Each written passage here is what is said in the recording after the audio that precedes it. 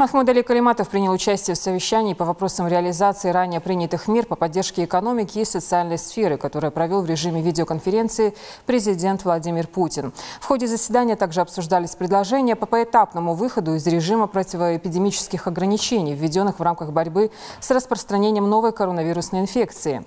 Владимир Путин поручил главам регионов, основываясь на рекомендациях правительства России, Роспотребнадзора и рабочей группы Госсовета, составить соответствующие планы для своих регионов на период с 12 мая.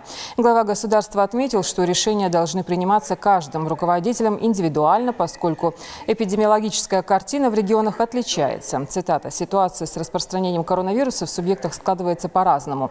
Где-то жесткие, оправданные профилактические меры необходимо сохранить или даже дополнять, ну а где-то возможно планировать их определенное обоснованное смягчение. Но только с опорой на мнение ученых-специалистов, с учетом всех факторов и возможных рисков», заявил Владимир Путин. Президент отметил, что спешить с отменой ограничений не обязательно, но планы по регионам должны быть подготовлены оперативно. Ответственность за каждое принятое решение и коллег из правительства, и глав регионов крайне высока. Давайте никогда не будем об этом забывать, обратился Владимир Путин к участникам совещания.